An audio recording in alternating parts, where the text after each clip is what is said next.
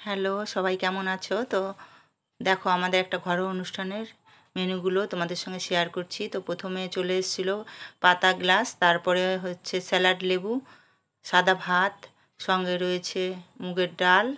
তো মুগের ডালটা প্লেন করেই করা হয়েছিল। তারপরে হচ্ছে পটল চিংড়ি।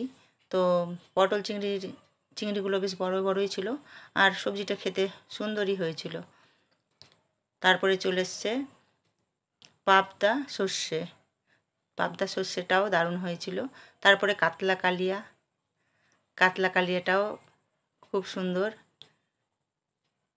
গ্রেভিটা খুব সুন্দর লাগছিল খেতে, মাছটাও টাটকা ছিল। তারপরে সঙ্গে চলে এসছে দই মিষ্টি খাওয়ার পরে কিন্তু ছিল হচ্ছে তোমার চাটনি পাঁপড়। সেটা তোমাদেরকে আমি দেখাতে পারলাম না, হ্যাঁ, অনেকটাই বড় হয়ে যাবে না হলে। আর মিষ্টিটা দেখো কত সুন্দর ছিল। এই ছিল মেনু।